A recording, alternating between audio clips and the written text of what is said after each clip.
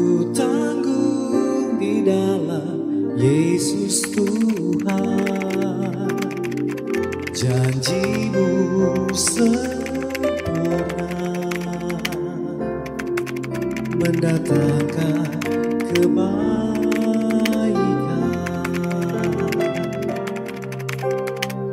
Segala perkara ku tanggung di dalam Yesus Tuhan, janji-Mu sempurna, mendatangkan kebaikan.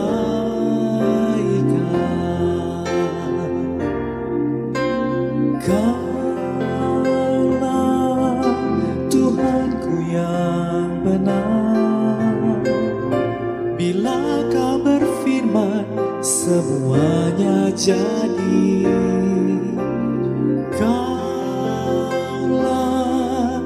Tuhanku yang ajaib, bila Kau berjanji takkan terlambat, tepat pada waktunya.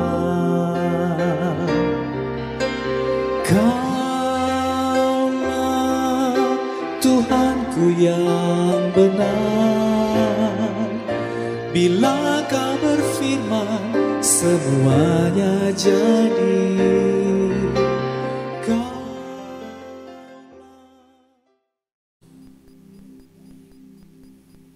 Engkau Tuhan pemilik tunggal kehidupan kami. Kami ada karena anugerah-Mu Tuhan. Kami ada saat ini karena penyertaan Tuhan yang sempurna atas hidup kami. Saat yang luar biasa bagi kami Tuhan untuk menikmati Engkau. Kami percaya Engkau ada di tempat ini. Engkau siap melakukan bagian-Mu bagi setiap kami. Kuduskan semua umat-Mu saat ini. Kami layak menghadap Tuhan. Ya ralama syika daralama takasanda ya ralama. Makasih Tuhan. Haleluya. Mari kita buka hati untuk Tuhan. Kita mulai sembah Dia. Dia Allah yang sangat baik.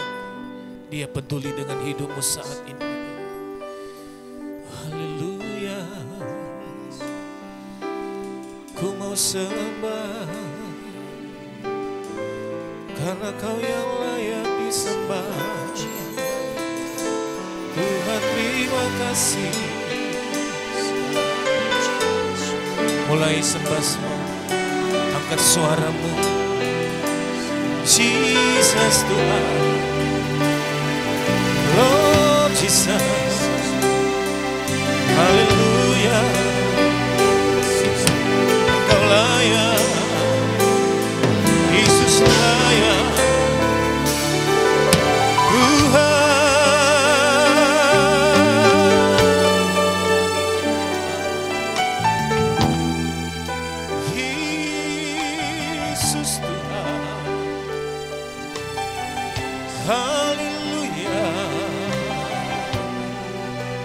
Segala pujian bagi-Mu Tuhan. Haleluya.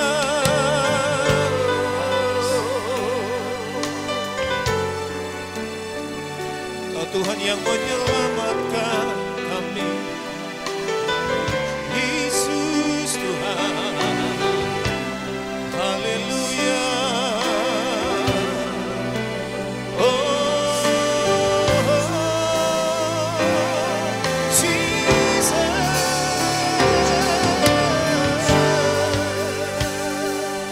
Bebaskan rohmu sembah Tuhan. Kidara lama sikara lamo. Haleluya. Oh Tuhan, Engkau baik, Engkau baik, Yesus Tuhan. Haleluya.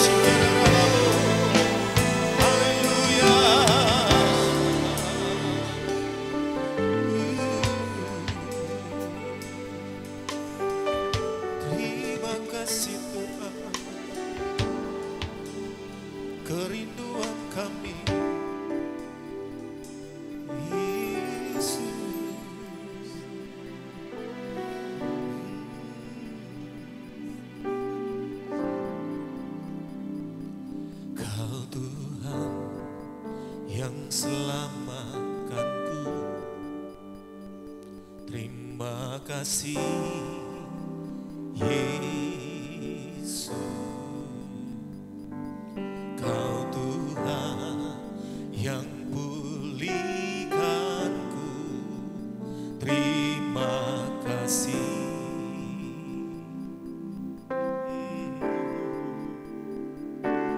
Kau Tuhan yang sembuhkanku. Terima kasih Yesus, Kau Tuhan memberkatiku. Terima kasih. Mari bersama-sama nyatakan kepada Tuhan, Kau Tuhan yang selamatkanku. Terima kasih ya Tuhan.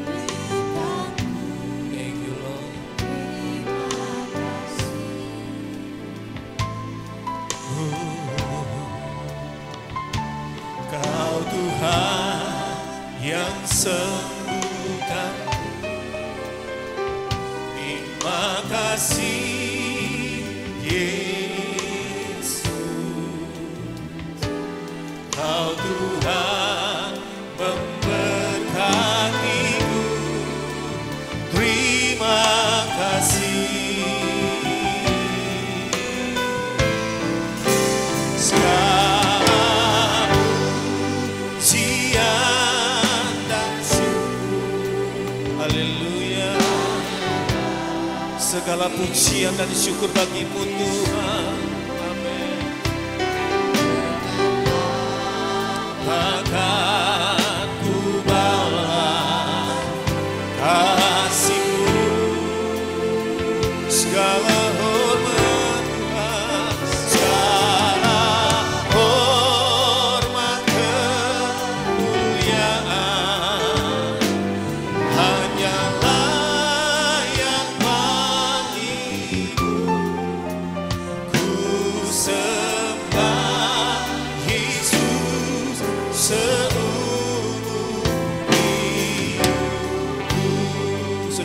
tepuk tangan yang paling dahsyat bagi Tuhan. Haleluya.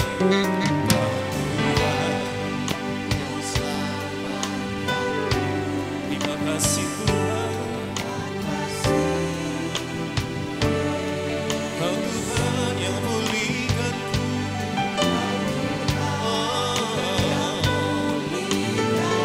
Terima kasih.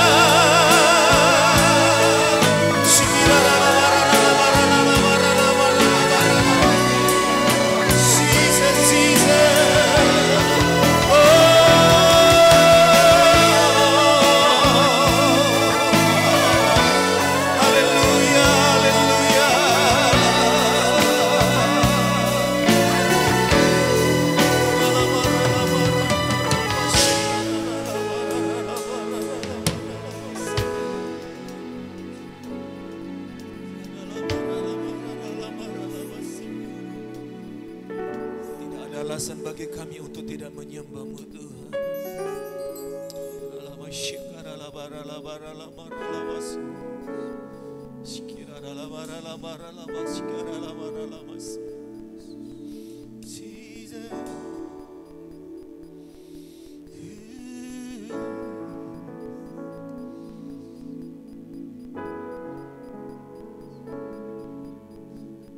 Saudara boleh mengangkat tangan di hadapan Tuhan saat ini. Tanda kita berserah kepada Tuhan. Tuhan, ini kami. Kami rindukan Tuhan. Tuhan, jamah setiap kami.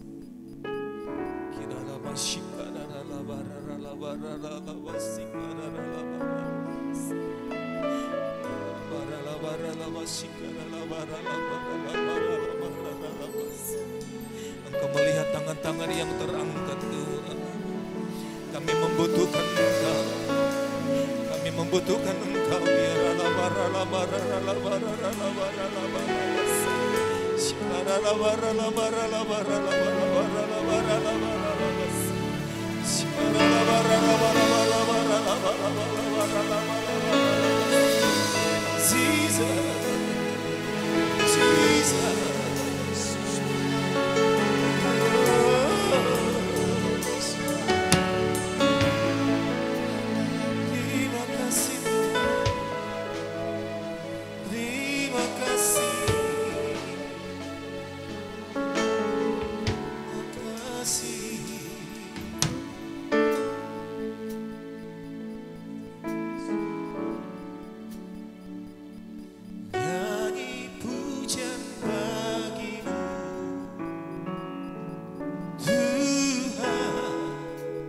Pujian bagimu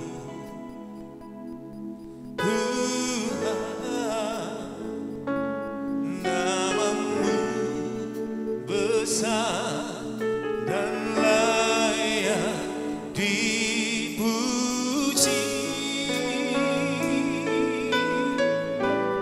Nyanyi pujian bagimu,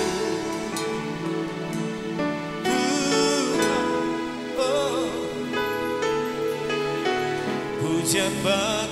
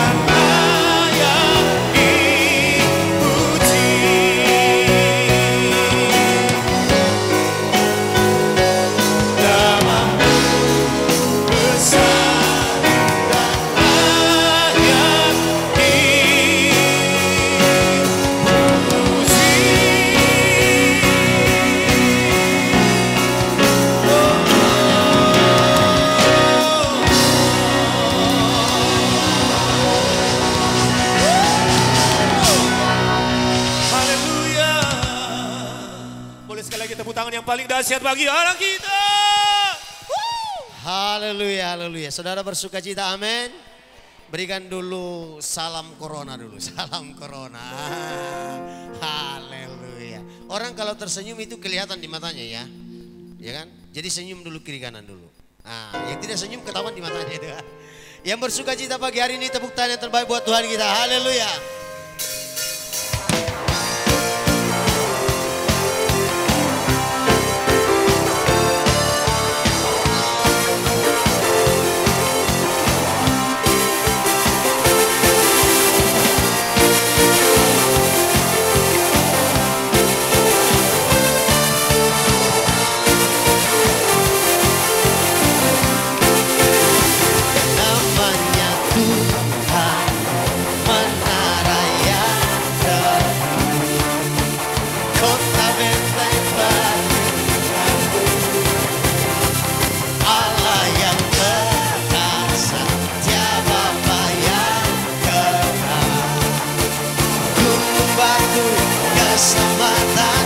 Semua katakan, Engkau yang mulia di surga, termasuk perkasa selamanya.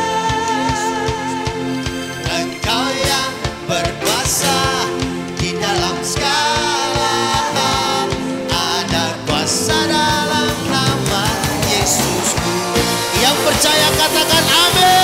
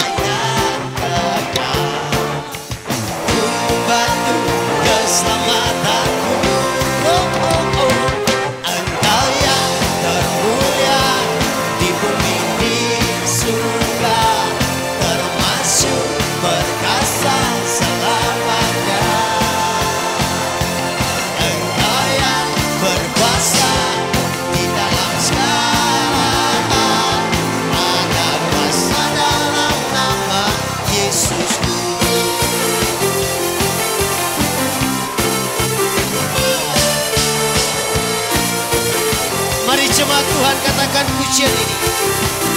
Namanya Tuhanku, menara yang teguh. Jemaat saja. Mantap. Ya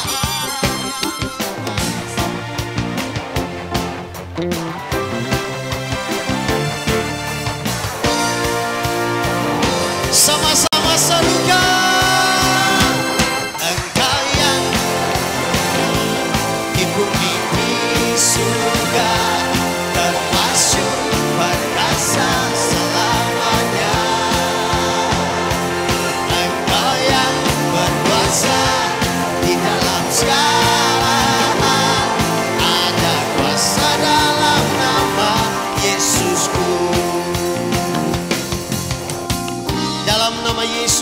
Kita disembuhkan, katakan amin. Amin. Dalam nama Yesus kita dipulihkan, katakan amin. Amin. Haleluya. Nama di atas segala nama. Katakan sama-sama. Nama yang telah membebaskanmu. Segala kuasa tunduk pada nama itu. Yesus Tuhan, segala Tuhan. Nama di atas segala nama. Nama yang telah membebaskanku. Segala kuasa tunduk pada nama itu. Yesus Raja, segala raja.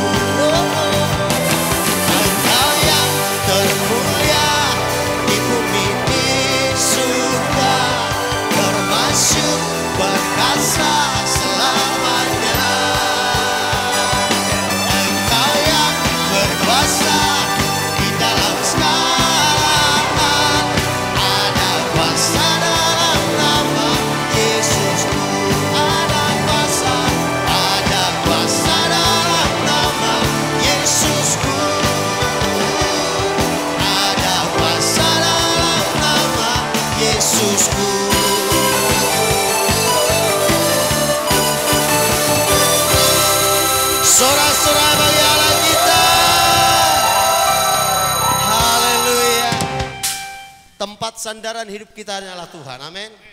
Karena Tuhan yang mampu bisa membuka jalan sekalipun jalan tertutup. Tuhan mampu membuka jalan baru. Amin. Yang percaya tepuk tangan buat Tuhan kita. Haleluya. Sama-sama kita belajar pujian ini.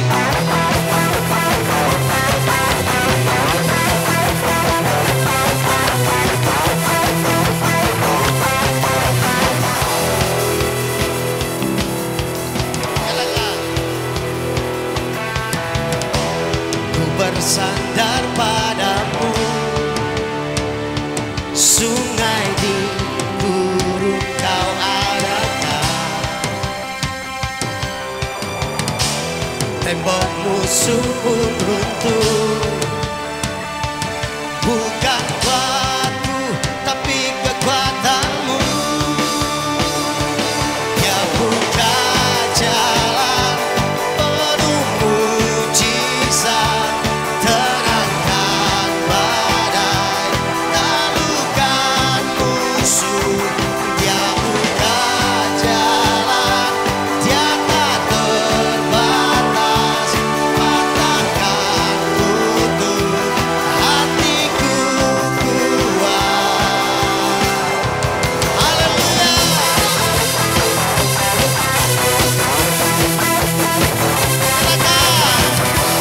Ku bersandar padamu, sungai di gurun kau adakan, tembok musuh pun runtuh. Bukan waktu tapi kekuatanmu, yang buka jalan penuh mujizat, tenangkan badai, taklukkan musuh. Yang buka jalan, dia tak terbatas, patahkan kutuk, hatiku kuat. Haleluya.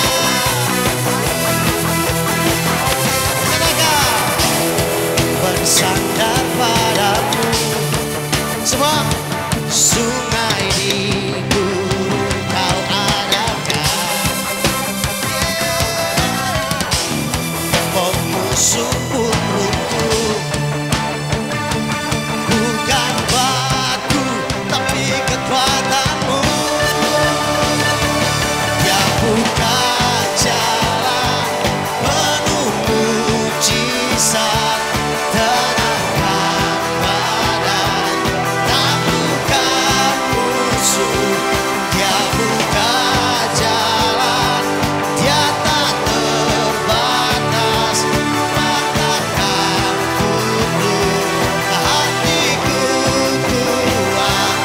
Dia buka jalan penuh mujizat, tenangkan badai, taklukkan musuh.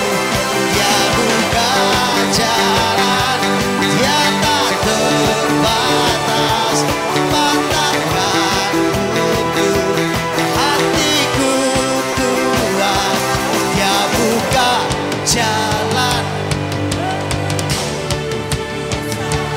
tenangkan badai, taklukkan musuh.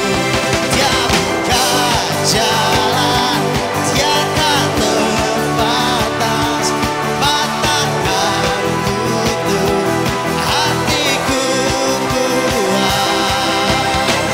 Engkau Tuhan buka jalan. Haleluya. Haleluya. Haleluya. Saudara bersuka cita, amin. Silakan dulu saudara. Haleluya, haleluya. Kami bersyukur karena Tuhan baik dalam hidup kami. Kami bersyukur karena Tuhan begitu sayang bagi kami. Terima kasih waktu ini Tuhan, memberi kami kesempatan memuji-Mu dan menyembah-Mu. di rumah Tuhan. Terima kasih Roh Kudus. Banyak yang kau perbuat di dalam hidupku. Rancangan indahmu terjadi di hidupku. Bapa yang mengerti segala yang ku perlu. Kasih-Mu sempurna nyata dalam hidupku. Ku bersyukur Bapa, ku bersyukur Tuhan buat kasih setia di dalam hidupku. Ku bersyukur,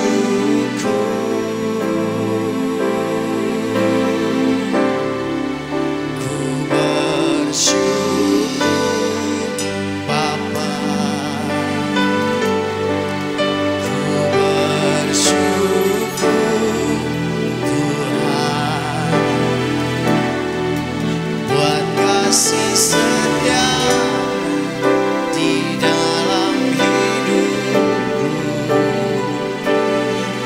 Ku bersyukur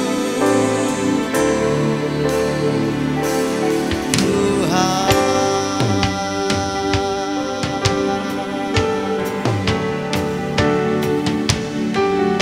Mari katakan sekali lagi pujian ini.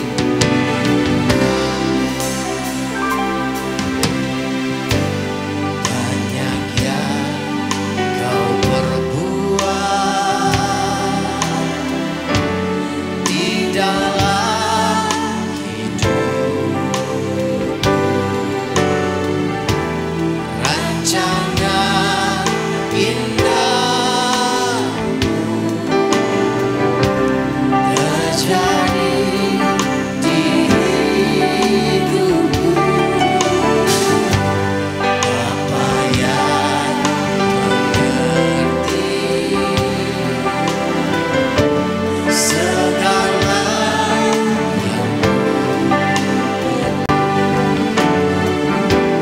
kasih-Mu sempurna nyata dalam hidupku. Ku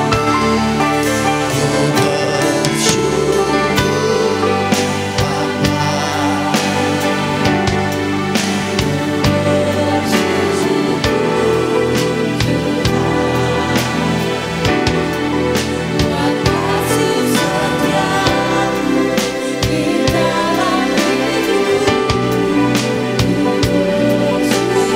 kami bersyukur Tuhan. Ku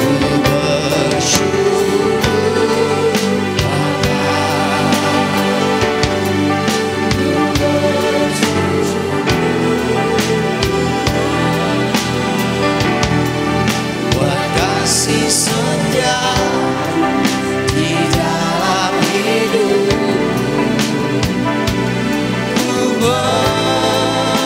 bersyukur Tuhan.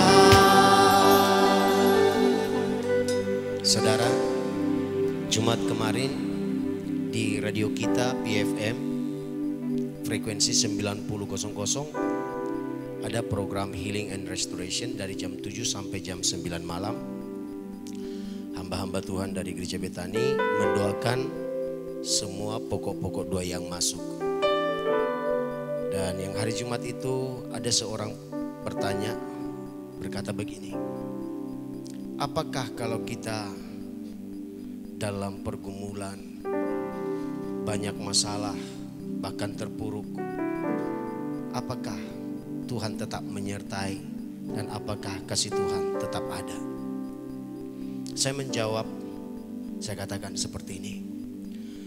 Seburuk apapun keadaanmu, sehancur apapun hidupmu, seberat apapun pergumulanmu, Dia Tuhan tidak pernah bisa ingkar janji. Karena Dia sudah berkata, aku menyertai kamu sampai kesudahan akhir zaman. Bahkan ketika kita seburuk apapun, senajis apapun, kasih Tuhan, kasih Bapa tidak akan pernah berkurang. Kasih Tuhan Yesus tidak akan pernah berkurang. Dan Dia tidak bisa menyangkali dirinya yang adalah Allah adalah kasih. Hari ini saudara, apa yang menjadi pergumulan saudara? Apakah mungkin saudara berkata, kok Tuhan itu kayak jauh sekali? Tidak, Tuhan tidak jauh. Dia ada di dalam hidupmu. Amin. Dia ada di tempat ini. Dia mau memulihkanmu. Dia mau menyembuhkanmu. Karena apa? Karena Dia mengasihi saya dan saudara. Mari kita bersyukur buat jamahan kasih Tuhan bagi kita semuanya. Saudara, kita berdiri bersama-sama. Saudara boleh mengangkat tangan kepada Tuhan pagi hari ini. Amin.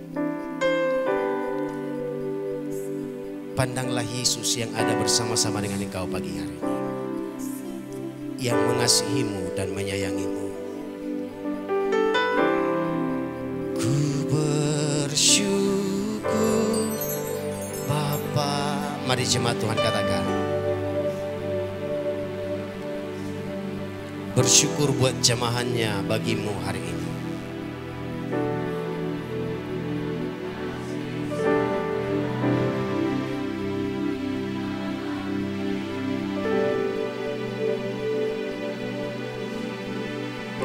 Kami bersyukur.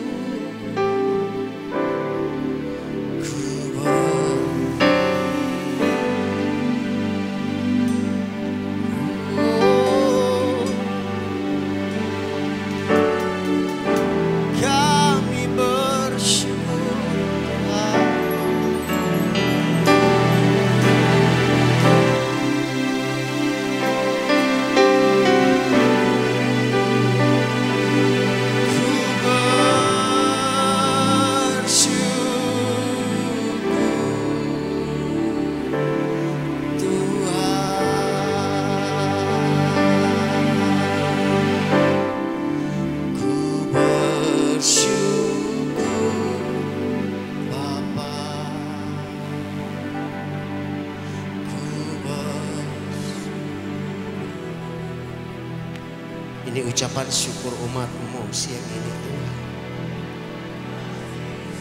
Terima kasih buat kasih setiamu yang selalu baru bagi kami.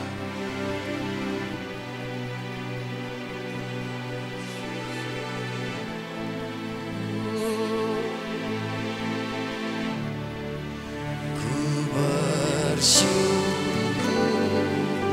Bapa.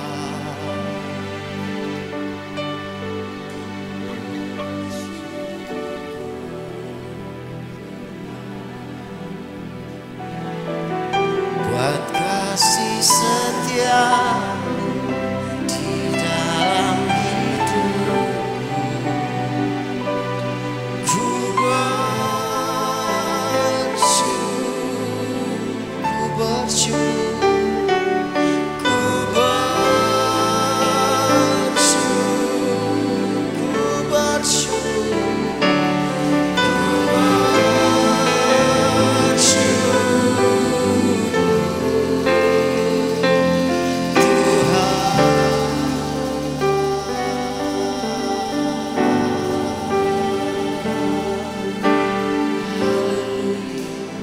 sejenak ambil waktu di hadapan Dia. Syukuri untuk segala hal yang engkau patut syukuri. Tetap arahkan hati kepada Dia. Yesus yang adalah Tuhan yang tidak pernah meninggalkan kita dalam situasi apapun. Terima kasih Tuhan, terima kasih. Engkau Tuhan kami, Engkau Allah kami, Engkau berkuasa, Engkau hidup, Engkau ajaib Tuhan. Terima kasih Tuhan, terima kasih Yesus. Ini kami Tuhan. Haleluya, haleluya.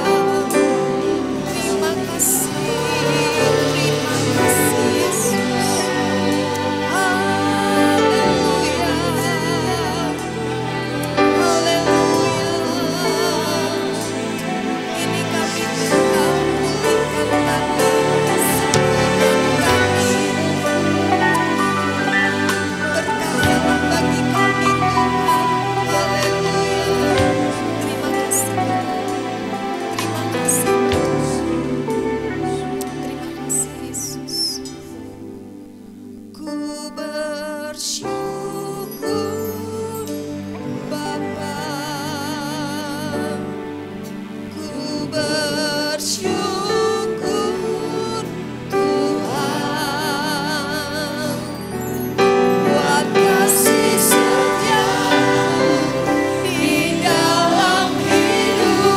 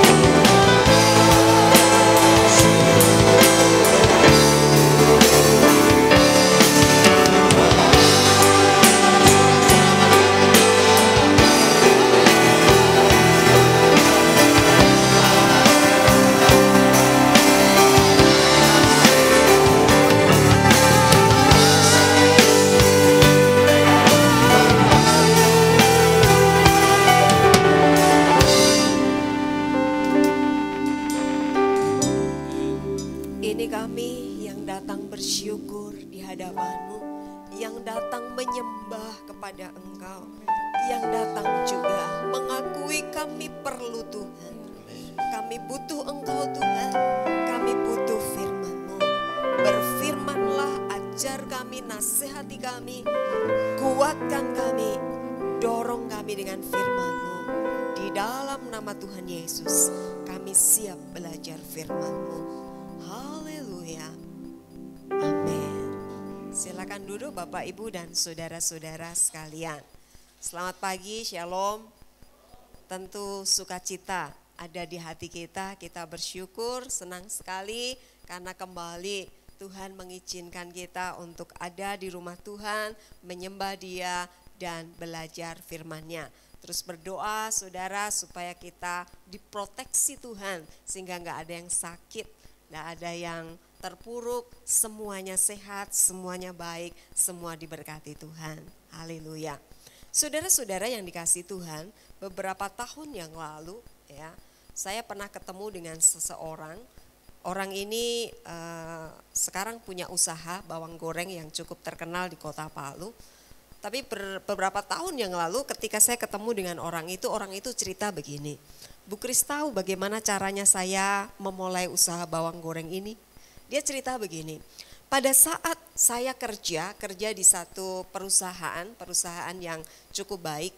Kemudian saya tidak perlu sebut orangnya dan perusahaannya karena orangnya juga sudah nggak ada. Tapi dia berkata begini, ketika saya diputuskan untuk diberhentikan, bukan karena saya salah enggak, tapi perusahaan yang sedang mengalami kolaps begitu ya, jadi wajar. Saya keluar, saya terpaksa harus dirumahkan, saya berhenti kerja.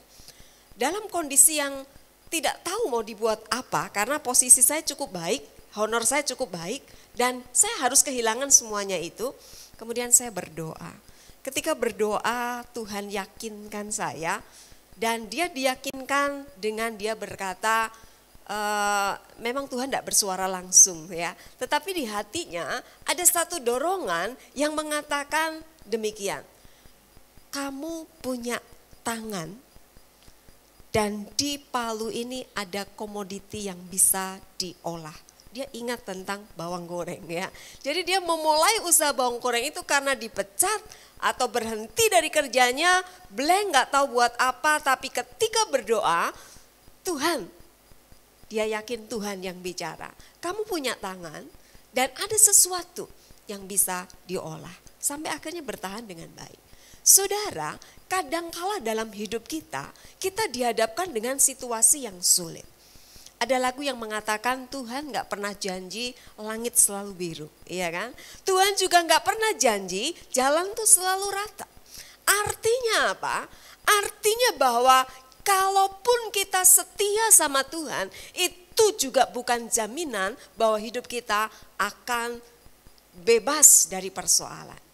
Yang menjadi pelajaran buat kita adalah ketika kita diizinkan Tuhan mengalami situasi yang sulit. Mungkin bangkrut usahanya atau mungkin terpuruk kondisinya, rumah tangga lah, karir, pekerjaan, bisnis dan macam-macam. Bagaimana untuk kita bisa melewati semuanya itu?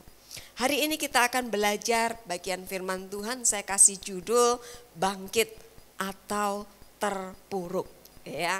Bangkit atau terpuruk. Saudara-saudara yang dikasihi Tuhan, memang kadangkala Tuhan mengizinkan kita mengalami situasi yang kalau saya kasih gambar itu seperti seorang anak yang galau gitu ya. Bingung ya, gimana gitu, karena ada satu persoalan, hanya ada dua pilihan. Mau terus terpuruk atau memutuskan untuk bangkit dan akhirnya dipulihkan. Saudara, kalau tahun ini gereja kita punya tema tahun pemulihan gitu ya, tahun kesembuhan dan pemulihan. Mari kita akan belajar tentang hal ini, bangkit atau makin terpuruk, pilihan ada pada kita. Kita akan belajar dari kitab Rut. Saudara, kitab Rut itu memang seperti satu novel, satu cerita, satu kisah tentang keluarga dari umat Tuhan. Bukan orang kafir ini ya, keluarga umat Tuhan, orang Yerusalem, orang Yehuda, artinya orang yang menyembah Tuhan, tetapi mengalami kehancuran. Dan akhirnya dipulihkan. Ini kisah singkat dari kitab Rut. Nanti kalau saudara-saudara di rumah baca, nggak panjang kok, cuma 4 pasal. Dan kitab Rut itu kitab yang kalau saya gambarkan seperti novel gitu ya. Kita itu baca cerita, ngikutin ceritanya tapi endingnya indah. Itu cerita yang kita suka. Kita kebanyakan orang Asia, orang Indonesia itu kalau nonton film itu suka yang happy ending ya kan. Jagoannya itu di akhir tuh menang, kita berkata film ini bagus. Tapi kalau jagoannya itu mati atau kalah, kita berkata film ini jelek ya. Dulu waktu saya masih remaja baca cerita tentang Romeo and Juliet gitu ya. Itu habis baca saya bilang jelek ini kisahnya. Kenapa? Karena berakhir dengan kematian ya. Pengennya itu akan berakhir dengan happy ending. Romeo and Juliet itu hidup dalam kebahagiaan, itu kan pengennya gitu ya. Tapi penulis roman itu memang nggak mau. Dia mau menonjolkan tentang cinta, ya itu cerita ya. Tapi intinya kalau kita mau belajar kitab Rut itu kita belajar tentang satu keluarga yang sudah hancur-hancuran, tapi akhirnya dipulihkan. Mari kita akan membaca, saya sudah tuliskan di sini dari kitab Rut pasal 1, ayat yang pertama sampai ayat yang kelima dulu. Ini mengantar kita untuk memahami kondisi yang dituliskan di kitab Rut. Dituliskan demikian, pada zaman para hakim memerintah ada kelaparan di tanah Israel. Para hakim itu maksudnya sebelum masa raja-raja ya kan. Jadi kitab sejarah Israel itu sebelum ada raja ada hakim-hakim yang memerintah ya. Zaman ada Deborah, ada Barak dan sebagainya itu ya. Di zaman itu dikatakan ada kelaparan di tanah Israel. Israel ini saudara. Lalu pergilah seorang dari Betlehem Yehuda. Jadi yang pergi ini adalah seorang saleh dari Betlehem Yehuda karena bencana kelaparan. Dikatakan pergilah seorang dari Betlehem Yehuda beserta keluarganya, istri dan anak-anaknya menetap ke Moab. Moab itu negeri asing ya, negeri kafir. Di luar Yahudi, di luar Yerusalem, di luar Israel itu kafir. Zaman itu. Nama orang itu Elimelek dan nama istrinya Naomi. Kedua anaknya Mahlon dan Kilyon, semuanya orang dari Betlehem Yehuda dan seterusnya. Kemudian mereka diam di Moab dan ayat yang ketiga dikatakan kemudian matilah Elimelek. Sehingga perempuan itu Naomi tertinggal dengan kedua anaknya. Jadi ibu janda Naomi. Lalu matilah juga keduanya, kedua anaknya mati yaitu Mahlon dan Kilyon. Sehingga perempuan itu kehilangan kedua anaknya dan suaminya. Saudara lihat di sini, ini kondisi yang saya katakan tadi, hancur-hancuran. Satu keluarga saleh dari Betlehem Yehuda karena kelaparan tadi memutuskan keluar pergi ke Moab.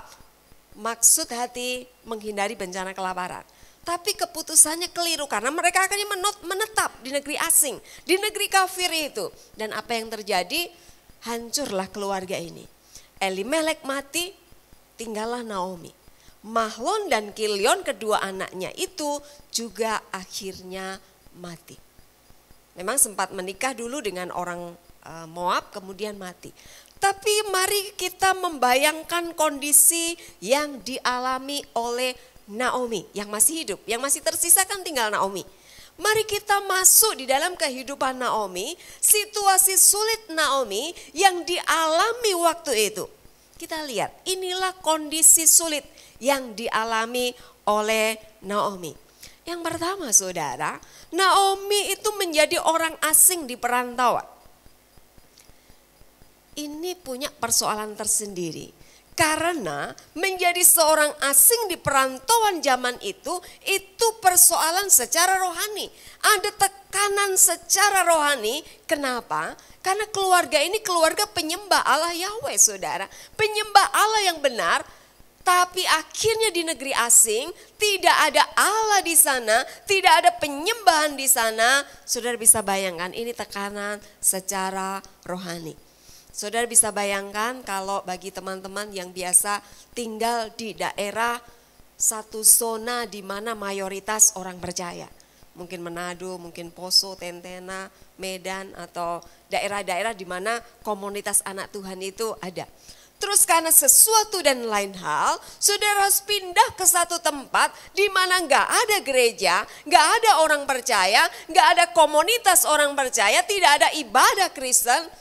Tidak ada puji-pujian Kristen. Apa yang saudara rasakan? Ini tekanan secara rohani.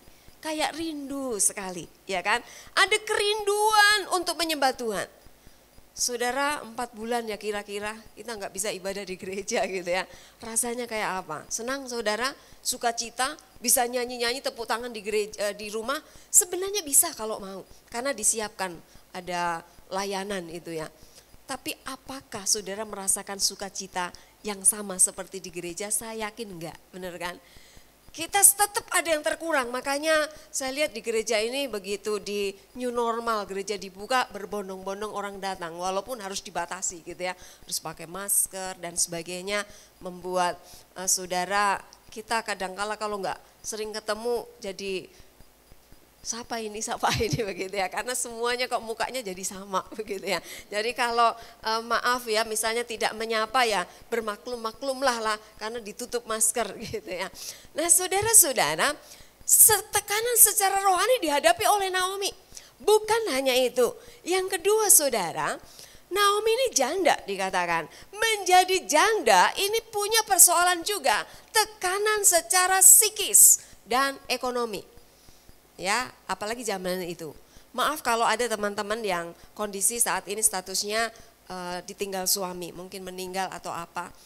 Status janda itu saudara secara psikis itu punya persoalan tersendiri. Jangankan janda saudara, jomblo saja itu banyak diganggu orang, benar enggak? Iya kan? Biasanya karena nggak punya pasangan itu rentan dengan gangguan. Jadi secara psikis itu tertekan. Bukan hanya itu saudara, maaf ya biasanya janda, apalagi masih muda misalnya atau janda sajalah nggak punya suaminya meninggal. Mungkin cuma pergi dengan relasi kerja karena urusan kerja. Tapi yang diomongkan di sana itu pasti macam-macam, bener kan? Karena orang itu kayaknya punya penghakiman tersendiri. Ini persoalan secara psikis, makanya saya katakan tadi. Wanita sendiri itu biasanya secara psikis punya tekanan tersendiri karena apa? Rentan untuk diganggu gitu ya. Apalagi jomblo saja banyak diganggu gitu ya, apalagi janda gitu ya. Nah saudara, apalagi zaman dulu secara ekonomi ini juga Naomi punya persoalan tersendiri. Karena pekerjaan itu mayoritas yang mengerjakan adalah para ayah, para pria. Karena pertanian dan sebagainya. Beda dengan zaman sekarang, wanita kerja. Tapi zaman dulu jadi janda ini masalah. Karena ekonomi kebutuhan itu tergantung sama suami. Bukan hanya itu saudara, klimaksnya kedua anaknya pun mati. Mari kita bayangkan kondisi yang dialami Naomi. Hancur-hancuran bukan? Kondisi yang betul-betul susah. Kondisi yang betul-betul tidak diinginkan oleh siapapun. Saudara, apa yang dilakukan Naomi? Ini yang perlu untuk kita pelajari. Kalau dalam kondisi yang sulit, apa yang harus dilakukan? Hanya ada dua pilihan. Mau makin terpuruk atau bangkit. Pilihan ada pada kita. Kita belajar dari Naomi ya. Mari kita belajar dari Naomi apa yang dia lakukan dalam kondisi yang sulit. Seperti yang tadi kita gambarkan ya. Tertekan secara rohani, secara psikis, secara ekonomi, bahkan anaknya mati. Memang dia kehilangan semuanya. Tapi apa yang dilakukan? Ini yang baik yang kita pelajari. Yang pertama, apa yang dilakukan Naomi dalam kondisi yang sulit itu? Yang pertama, dia memutuskan kembali pada Tuhan. Balik kembali sama Tuhan. Saudara, ada lirik lagu dangdut ya, kalau saya tidak salah, saya sering ya kalau pas lewat-lewat gitu, apalagi kalau naik angkutan umum gitu ya keluar kota, itu ada lagu yang syairnya gini. Saya enggak mau nyanyi saudara, selain saya bukan penyanyi apalagi nyanyi dangdut itu lebih susah gitu ya. Tapi ada lagu yang syairnya itu terlanjur basah ya sudah mandi sekalian gitu ya. Ini menurut saya adalah keputusan yang seharusnya tidak diikuti oleh orang-orang percaya gitu ya. Basah, terlanjur basah kecewa ya udah mandi sekalian. Enggak saudara gitu ya. Ini Naomi tahu dirinya sedang terpuruk. Dirinya sedang jatuh, hancur-hancuran. Tekanan yang luar biasa. Tapi menarik, dia memutuskan untuk yang pertama, kembali sama Tuhan. Di dalam ayat 6 itu dikatakan kemudian berkemaslah ia. Berkemas dia. Siap-siap kemana gitu ya, mau pulang ya. Pulang dari daerah Moab dan seterusnya dan seterusnya.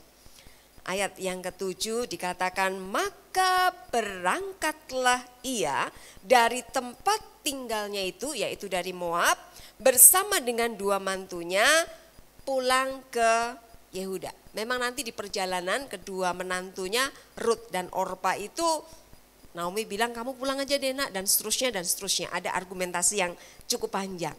Terakhir cuma Rut yang dibawa. Tapi ini yang mestinya dilakukan anak Tuhan. Dalam kondisi yang sudah jatuh, jangan terpuruk dalam kondisi itu. Tapi seharusnya kita semua kalau dalam situasi yang ancur-ancuran putuskan untuk kembali kepada Tuhan. Karena Tuhan tidak pernah menolak anak-anaknya yang datang kembali. Sekalipun mungkin kita sudah sangat jauh. Mungkin kita sudah begitu berdosa di hadapan Tuhan. Tapi ketika memutuskan untuk kembali sama Tuhan, tidak mungkin dan tidak akan pernah Tuhan berkata, saya menolak engkau. Tidak. Saudara, kalau ada seorang anak yang mungkin sangat nakal, ya, sangat brengsek begitu ya, sangat nakal, kemudian dia melakukan banyak kejahatan dan dia tinggalkan orang tuanya. Orang tuanya mungkin marah, kecewa, mungkin jengkel hari itu dan seterusnya dan seterusnya.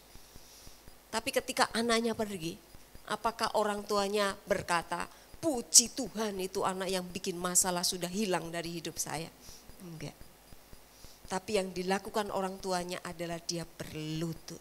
Dia duduk, dia berdoa dan meminta supaya Tuhan mengubahkan anaknya. Benar kan?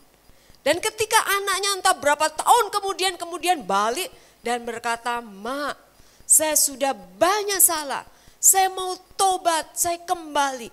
Adakah ayahnya, ibunya, mamanya atau papanya akan berkata, memang kok kamu itu tidak tahu diri, pergi saja untuk selama-lamanya. Tidak usah panggil-panggil saya orang tua. Adakah orang tua seperti itu? Enggak. Yang ada adalah orang tuanya memeluk dia. Ketika anaknya mengatakan saya sudah bikin ini, pasti orang tuanya berkata stop, cukup, enggak usah diungkit-ungkit lagi. Mulai hari ini engkau hidup yang baik. Begitu kan? Tuhan juga begitu saudara. Kita itu anak Tuhan. Sejelek-jelek apapun kondisi kita, seterpuruk apapun mungkin karena dosa, mungkin karena kesalahan kita, atau mungkin juga karena situasi yang betul-betul membuat kita hancur. Tapi ketika memutuskan kembali sama Tuhan, Tuhan tidak pernah menolak anak-anaknya. Justru Tuhan akan membuka tangan. Tuhan itu menunggu gitu ya, menunggu. Dia selalu menunggu anak-anaknya datang. Saudara, Naomi memutuskan untuk kembali. Dan saat itu kembali ke Yerusalem itu artinya kembali kepada Tuhan. Di awal saya sudah katakan bukan bahwa konteks waktu itu Tuhan hadir di Yerusalem. Jadi ketika kembali ke Yerusalem itu artinya kembali sama Tuhan. Oleh karena itu situasi yang sulit seharusnya mendorong kita untuk kembali sama Tuhan, itu yang pertama. Lanjut yang kedua saudara, ini yang seharusnya kita lakukan. Yang kedua, memang ini Naomi sedikit punya kesalahan dalam perspektif ini. Tapi kita belajar dari Naomi, seharusnya Naomi melihat yang Tuhan masih sisakan sama dia gitu ya. Karena waktu itu di dalam ayat-ayat selanjutnya itu Naomi merasa nggak punya apa-apa lagi. Saya langsung lanjutkan saja membaca di ayat yang ke-20, ayat 20. Ketika dia pulang, orang-orang sekampungnya itu mulai bercakap-cakap dan mengatakan itu Naomi. Kemudian Naomi dengan tegas berkata, jangan sebut aku Naomi, panggil aku Mara. Naomi itu artinya joy, senang, sukacita, berkat. Jangan panggil aku itu, enggak cocok. Panggil aku Mara. Mara itu artinya pahit. Ini yang Naomi akui. Tapi di dalam ayat yang ke-21 itu dikatakan Naomi itu ngomong gini sama saudara-saudara atau kerabatnya. Dengan tangan penuh aku pergi, tapi dengan tangan kosong Tuhan pulangkan saya. Ini pikiran Naomi. Dia merasa nggak punya apa-apa. Sehingga ketika balik ke kampung halamannya, dia berkata, saya pergi dengan tangan penuh banyak berkat. Tapi ketika pulang, saya pulang dengan tangan kosong. Jadi Naomi merasa dia nggak punya apa-apa lagi. Benarkah Naomi nggak punya apa-apa? Coba kita lihat. Saya tuliskan di situ, apakah betul Naomi merasa merasakan bahwa dia nggak punya apa-apa lagi. Naomi lupa bahwa ada satu yang dia bawa. Siapa itu? Ruth, ya kan? Nanti saudara bisa baca karena kita tidak punya waktu banyak untuk melihat ayat-ayatnya. Tapi ketika Naomi pulang, dia itu bawa Ruth.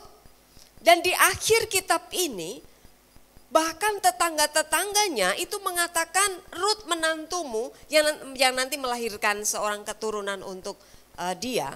Itu dikatakan lebih berharga daripada 7 anak laki-laki. Tapi Naomi nggak sadar bahwa dia masih punya sesuatu. Dia merasa nggak punya apa-apa lagi. Saudara biasanya begitu kan. Kalau kita sudah dalam keadaan sulit, kita merasa kita nggak punya apa-apa lagi. Tapi betulkah demikian? Perhatikan baik-baik saudara bahwa saya menuliskan begini. Tuhan tidak pernah mengambil semua yang ada pada kita. Tetap selalu ada yang masih disisakan. Selalu masih ada yang sama kita. Dan dengan itu Tuhan pulihkan kondisi kita. Ingat baik-baik ya. Enggak pernah semua diambil. Enggak. Tetap ada.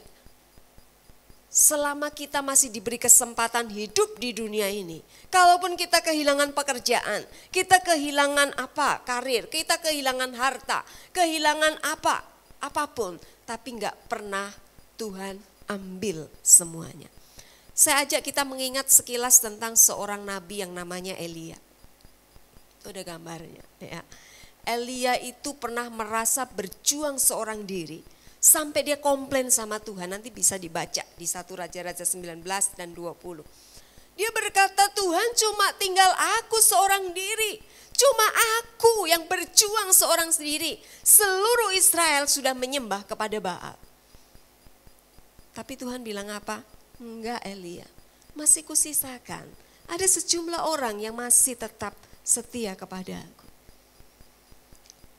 Kisah selanjutnya yang saya kasih gambarnya itu janda Sarfat. Ini juga terkenal ya kan. Saudara tahu ketika Nabi datang minta makanan, janda itu berkata, aku enggak punya apa-apa lagi. Benarkah enggak punya apa-apa? Masih ada segenggam tepung dan sedikit minyak. Dan dengan segenggam tepung dan sedikit minyak itu, Tuhan pelihara sampai musim panas berakhir. Kata firman Tuhan yang ditulis dalam firman-Nya. Artinya apa? Tuhan gak pernah ambil semua dari kita. Tetap ada yang disisakan. Mungkin engkau sedang membangun satu perusahaan. Kok ini hilang. Tidak pernah nol. Tetap ada yang Tuhan sisakan. Dan dengan yang tersisa itu, Tuhan akan pulihkan. Ayub habis-habisan saudara. Ini gambarnya Ayub kan. Anaknya mati, hartanya habis, istrinya meninggalkan dia. Tapi Tuhan sisakan. Masih ada 3 sahabat yang datang untuk menguatkan dia. Bahkan ketika 3 sahabatnya mulai menuduh, Ayub masih tersisa yaitu imannya yang luar biasa. Oleh karena itu saudara, dalam kondisi terpuruk, jangan pernah berpikir kau gak punya apa-apa lagi. Tetap ada yang Tuhan titipkan sama kita. Dan dengan yang Tuhan titipkan itulah, Tuhan akan pulihkan kita. Next yang terakhir, kalau kita lihat dari kisah Naomi. Tuhan memulihkan. Dan Tuhan memulihkan keluarga Naomi, keluarga Elimelek itu melalui siapa? Melalui Ruth. Perempuan Moab, perempuan asing yang dia bawa itu. Yang selama itu ya ketika perjalanannya Naomi merasa ini bukan apa-apa. Kadangkala yang tersisa sama kita itu dilihat secara kasat mata, ini untuk apa gitu ya. Tapi lupa bahwa melalui itu Tuhan memulihkan keluarga ini. Nanti dibaca kisah ini panjang lebar. Tapi saya ajak kita melihat ayat terakhir itu. Ketika Ruth akhirnya menikah dengan Boas karena sistem yang terjadi dalam pemerintahan atau masyarakat waktu itu. Ada istilah penebus saudara dekat ya. Dan akhirnya Ruth menikah dengan Boas, punya anak namanya Obed. Tapi menarik, Di ayat terakhir dikatakan, dan tetangga-tetangga perempuan memberi nama kepada anak itu, katanya, pada Naomi telah lahir seorang anak laki-laki. Kenapa bukan pada Rut? Karena ini urusan Tuhan sama Naomi. Ini urusan Tuhan sama Elimelek dan Naomi. Makanya ketika diberi nama, tetangga-tetangganya itu mengatakan, pada Naomi lahir seorang anak, diberi nama Obed. Artinya apa? Saudara, zaman dulu yang diperjuangkan Naomi, yang diperjuangkan Elimelek itu keturunan. Ketika Mahlon Kilion meninggal, itulah Naomi berkata nol, gak punya apa-apa. Karena habis. Silsilah keluarga itu putus di situ. Zaman itu keluarga, silsilah keluarga itu aset dan kehormatan dan kebanggaan keluarga waktu itu, harta yang paling bernilai waktu itu. Dan habis seharusnya. Tetapi Tuhan memulihkan melalui Rut. Makanya orang-orang tetap berkata pada Naomi lahir seorang anak yang namanya Obed. Tuhan memulihkan, bukan? Tuhan memulihkan, keturunannya masih terus ada. Dan kalau Tuhan memulihkan gak tanggung-tanggung. Siapa Obed? Dikatakan Obed itu ayahnya Isai. Siapa Isai? Isai itu ayahnya Daud. Siapa yang tidak kenal Daud? Jadi Obed ini adalah nenek moyang dari Daud, raja yang besar. Bahkan silsilah Mesias pun dipertautkan dari Daud. Artinya apa? Kalau Tuhan yang pulihkan bukan sekedar keturunan. Tetapi wow begitu ya, luar biasa. Sampai keturunannya ini adalah cikal bakal Raja Israel yang besar. Yakini dalam hidupmu saudara, kalau hari ini engkau sedang kondisi yang sulit, mari bangkit. Dekat sama Tuhan, kembali sama Tuhan, lihat apa yang Tuhan masih sisakan sama engkau dan saya. Dan yakini melalui itu Tuhan akan memulihkan kita. Amin. Tuhan memberkati. Jangan pernah putus asa, jangan pernah menyerah. Ayo bangkit. Saatnya kita mengalami healing and restoration. Mari kita ambil waktu sejenak di hadapan Tuhan. Mari kita bersyukur untuk firman-Nya dan mari kita akan berdoa bersama-sama. Terpujilah Tuhan. Ambil waktu sejenak di hadapan Tuhan. Dalam waktu 1-2 menit ini yang pertama mari syukuri kalau kita masih boleh hidup. Artinya Tuhan masih kasih kesempatan untuk kita mengerjakan pekerjaannya. Kalau mungkin saat ini engkau sedang terpuruk, mari melalui firman-Nya diingatkan. Ayo bangkit, datang kembali sama Tuhan. Lihat apa yang masih ada padamu dan yakini melalui itu Tuhan akan pulihkan. Terima kasih Tuhan. Mari kita berdiri bersama-sama. Syukuri firman-Nya, ambil komitmen untuk menjadi pelaku firman. Tetap yakini Tuhan pasti bekerja dalam situasi yang sulit. Sesulit apapun, Tuhan ada bagi kita.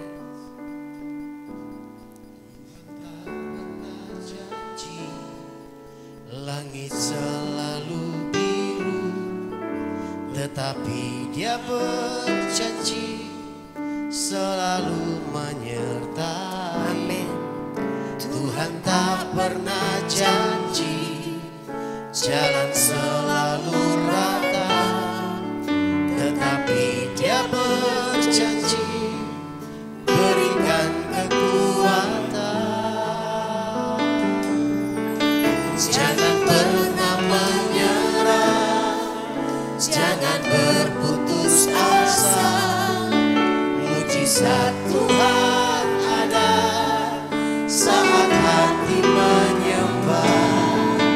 Jangan pernah menyerah, jangan berputus asa. Mujizat Tuhan ada bagi yang setia dan percaya. Mari kembali kita naikkan pujian ini dengan terus meyakini bahwa Tuhan selalu ada. Jangan pernah menyerah. Mari bangkit dari kondisimu. Minta Allah melakukan healing and restoration dalam hidup. Tuhan tak pernah janji jalan selalu rata, tetapi Dia berjanji Amin. berikan kekuatan. Jangan pernah menyerah. Benar Tuhan. Jangan berebut Kami tidak akan pernah menyerah. Sebab kami punya Tuhan yang hidup. Tuhan yang sanggup memulihkan kami. Tuhan yang sanggup menolong kami. Oh, terima kasih Yesus. Oh, kami tidak akan pernah berputus asa. Sebab Engkau Allah di pihak kami. Haleluya.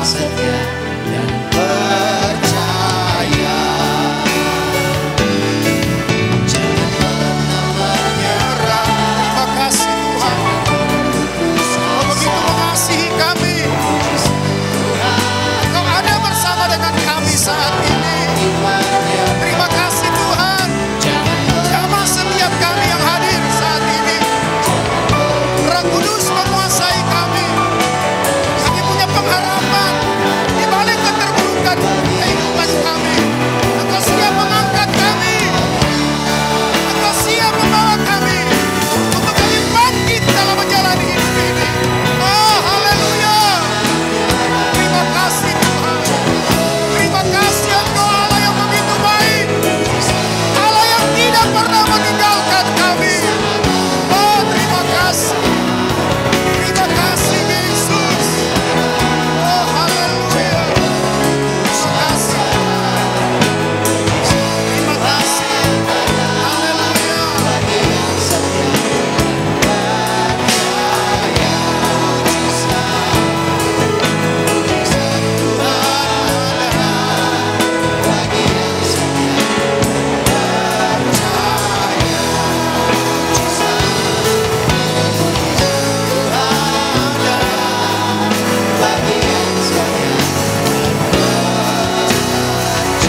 Oh, mari kita bersorak-sorak bagi Dia. Terima kasih Yesus. Haleluya. Oh, terima kasih Yesus. Dia ada di tempat ini. Nikmati hadirat Tuhan. Nikmati lawatannya. Nikmati kuasanya. Oh, terima kasih Yesus.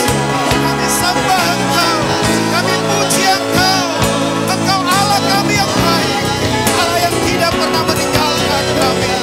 Oh, terima kasih Yesus. Oh, terima kasih. Terima kasih Yesus. Terima kasih. Terima kasih. Oh, terima kasih Yesus.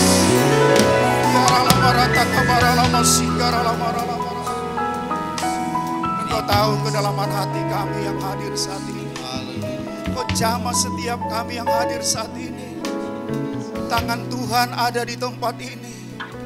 Terima kasih Tuhan.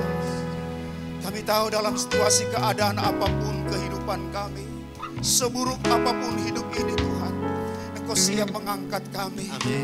Sama seperti Engkau telah berbuat kepada Ruth dan Naomi. Itu juga yang kami akan alami Tuhan dalam nama Yesus. Terima kasih Tuhan.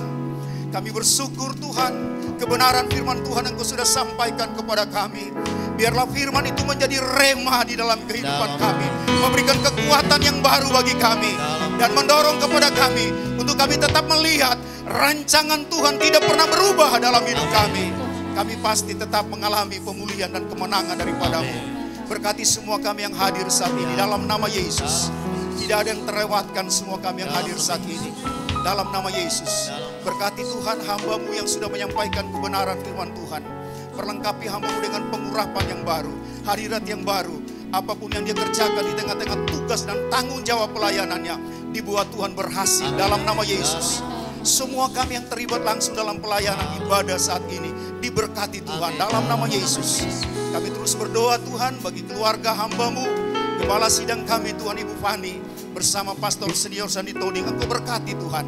Apapun yang mereka kerjakan di tengah-tengah tugas dan tanggung jawab pelayanan mereka di tempat ini, dibuat Tuhan berhasil dalam nama Yesus. Terima kasih Tuhan. Semua umat Tuhan, ia akan memberi persembahan. Engkau berkati dalam nama Yesus. Yang menabur pasti akan menuai dalam nama Yesus. Usaha pekerjaan kami diberkati Tuhan dalam nama Yesus. Terima kasih Tuhan. Terpuji bagi nama-Mu Tuhan. Mari Bapak Ibu sekalian kita mengangkat kedua belah tangan kita. Kita terima berkat Tuhan. Oh terima kasih Yesus, terima kasih. Terima kasih. Tuhan Engkau Allah kami yang baik. Tidak ada kami yang hadir saat ini terlewatkan dengan kuasa kasih. Yang lemah dikuatkan. Amin. Yang susah dihiburkan. Amin. Yang sakit disembuhkan. Amin. Segala beban, persoalan, masalah yang kami alami, Engkau sudah pulihkan kami. Engkau telah selesaikan semua persoalan kami. Dalam nama Yesus. Dalam nama Yesus. Saudara-saudaraku yang dikasihi oleh Yesus Kristus, Dia adalah kepala gereja kita. Dia bertanggung jawab atas kehidupan kita. Kita yakin dan kita percaya ketika kita kembali dari tempat ini, Tuhan akan menyertai kita dengan penyertaan yang sempurna. Amin. Dan kita akan melihat janji Tuhan akan digenapi. Amin. Mulai saat ini sampai Maranatha, Tuhan Yesus datang pada kali yang kedua. Semua yang percaya dan diberkati, mari sama-sama katakan amin. Selamat siang, Tuhan Yesus memberkati. Namanya Tuhan menara yang teguh, kota benteng batu, Allah yang perkasa, tiada apa yang kekal, gunung batu keselamatanku. Semua katakan, Engkau yang mulia, sudah termasuk perkasa selamanya. Engkau yang berkuasa di dalam segala hal, ada kuasa dalam nama Yesusku. Yang percaya katakan amin.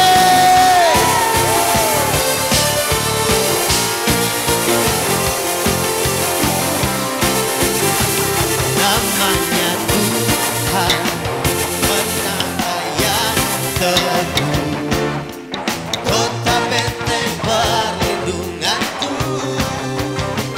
Allah yang perkasa, tiada apa yang kekal, gunung batu keselamatanku. Oh, oh, oh. Engkau yang termulia di bumi di surga, termasuk perkasa selamanya. Engkau yang berkuasa di dalam segala hal, ada kuasa dalam nama Yesusku.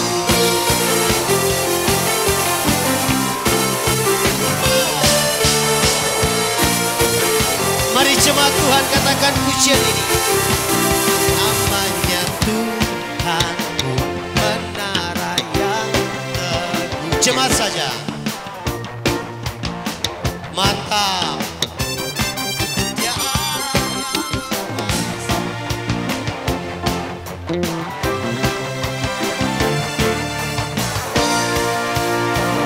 sama-sama serukan. Engkau yang di bumi di surga, termasuk perkasa selamanya.